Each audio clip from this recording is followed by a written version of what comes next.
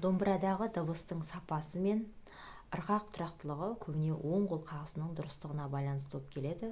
Төмен және жоғары қағыс барлық орындаушылықтың іргетасы. Бұл техникада білек босаң болуы, саусақтың ішекке тиіп кетпеуі және қағыстың біркелкі болуы маңызды. Оқушы қағысты меңгерген сайын ырғақ сезімін артады, динамика мен штрихтар түрленеді. Сабақта төмен және жоғары қағысты жеке-жеке аралас орындау тәсілдері үйретіледі. Айна симметриясы жаттығуы 4 төмен және 4 жоғары қағыс.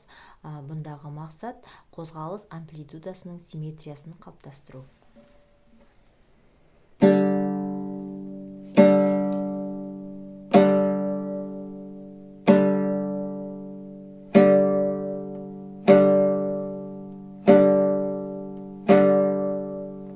Енді аралас бағыт жаттығуы. Бұнда енді төмен жоғары қағысты жай темптен жоғарғы темпке дейін жеткізу.